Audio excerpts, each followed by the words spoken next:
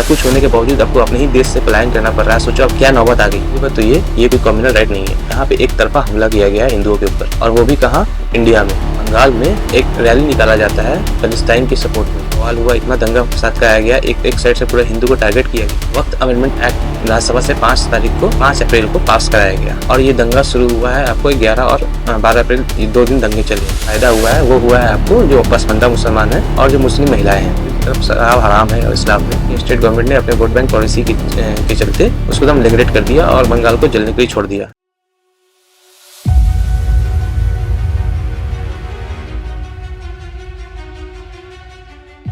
Last video में मैंने बोला था कि मैं बंगाल के ऊपर एक वीडियो लेके आऊंगा कि कैसे उसमें चाइनीज इन्फ्लुएंस है और कैसे उस चाइनीज इन्फ्लुएंस की वजह से भी वहाँ पे काफ़ी सारे दंगे भड़काए गए हैं। आज जो मैं बात करूँगा उसमें चाइनीज इन्फ्लुएंस के बारे में तो रहेगा ही।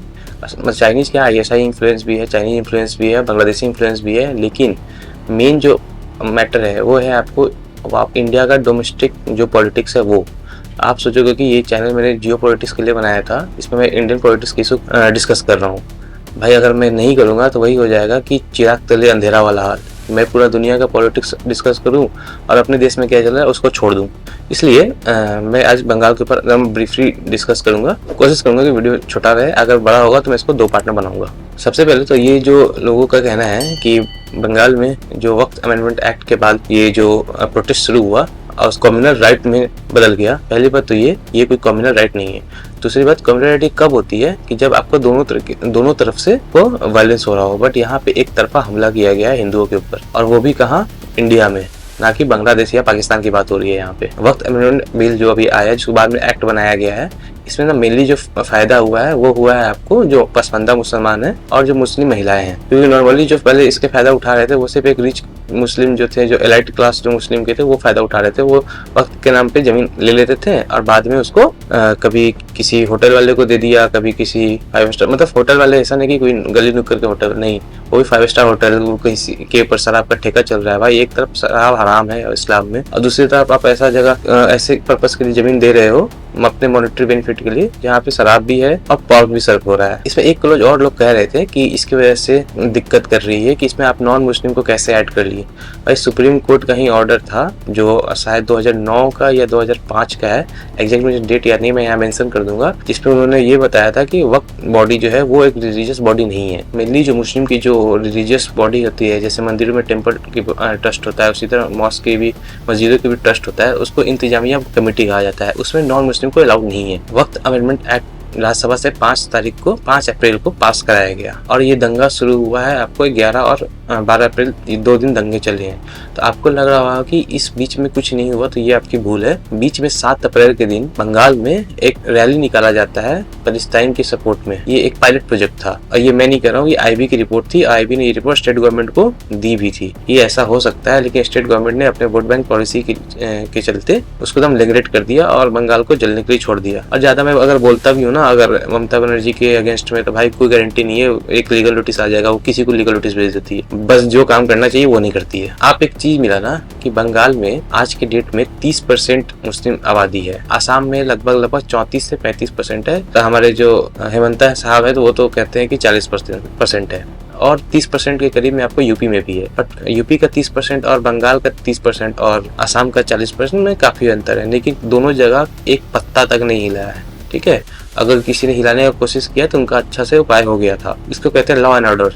ठीक, और एक तरफ बंगाल में देखो जहाँ पे 30% आबादी होने के बाद भी इतना बवाल हुआ, इतना दंगा फसाद कराया गया, एक साइड से पूरा हिंदू को टारगेट किया गया है।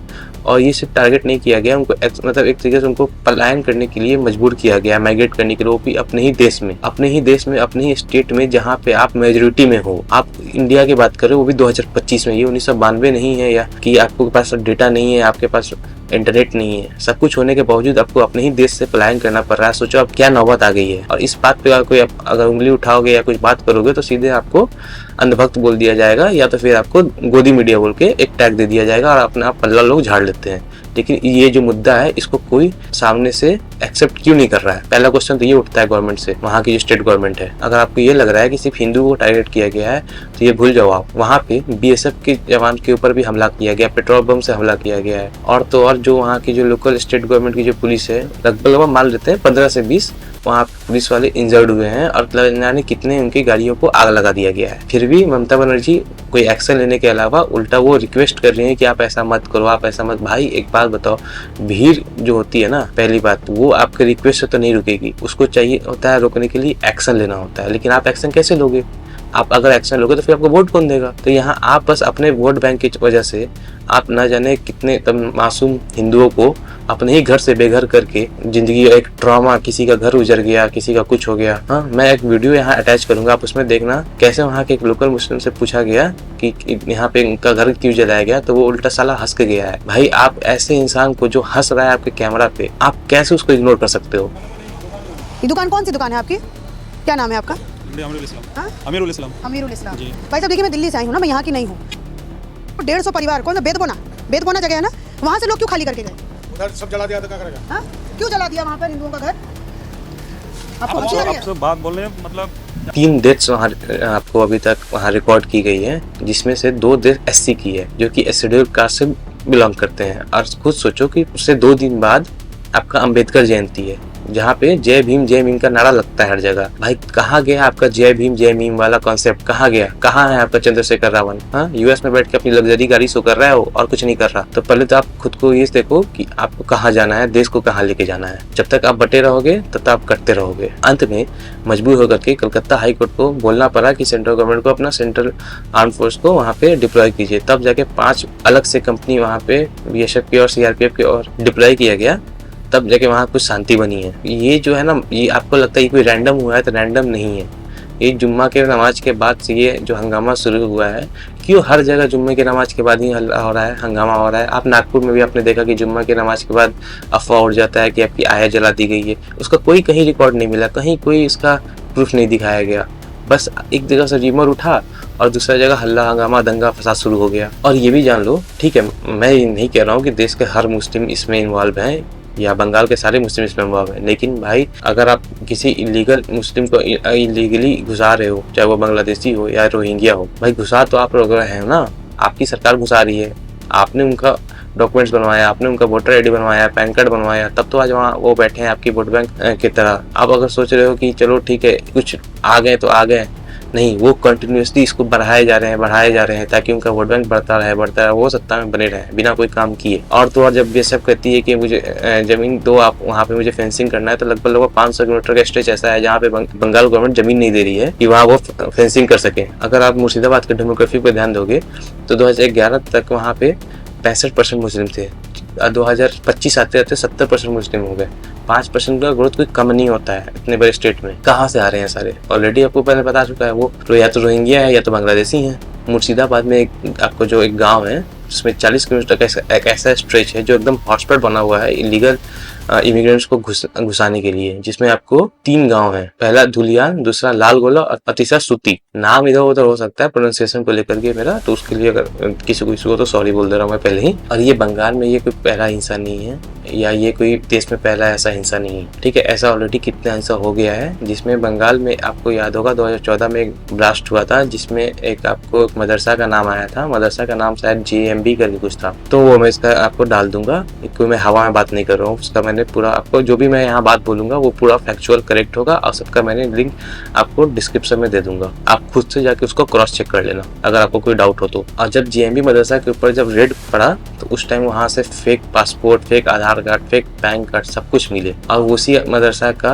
आपको हाथ वहाँ के 2014 के ब्लास्ट में साफ पाया गया। दूसरी तरफ अगर आप देखोगे तो यहाँ पे LET के भी काफी स्लीपर सेल्स एक्टिव है और तो और आपको PFI के एक पॉलिटिकल विंग है वो भी बहुत ज्यादा एक्टिव है। और PFI क्या है आपको तो पता है, बिहार में जब पिछले साल उनके ऊपर जब रेड पड़ा था तो लगभग आप समझो कि 50 लाख रुपए कैश के करीब में मिला था और एक डॉक्यूमेंट मिला था जिसमें 2027 तक भारत को गजवाए हिंद करना था। आप ह्यूमन राइट्स का ढोल लेके बजाओ, वो आपका बजा के चले जाएंगे, फिर बजते रहना भाई। 40+ NGO ऐसे थे जहाँ वहाँ पे आपको फॉरेन फंडिंग आ रही थी सिर्फ व सिर्फ इलीगल माइग्रेशन के लिए। और इसको जब गवर्नमेंट ने क्रैकडाउन किया है तब इस पर थोड़ा सा कंट्रोल हुआ है। लेकिन दिक्कत वही है ना, कश्मीर फाइल्स में आपको एक लाइन बोला गया था कि सरकार भले उनकी है, सिस्टम हमारा है। तो वो इसी सिस्टम का ये देन है जो आज बंगाल में या नागपुर में ये दंगा फसाद हो रहा है। अब मुझे तो शर्म आता है बोलने में कि भाई आप कैसे डेमोक्रेसी में हो। और जुडिशरी क्या कर रही है?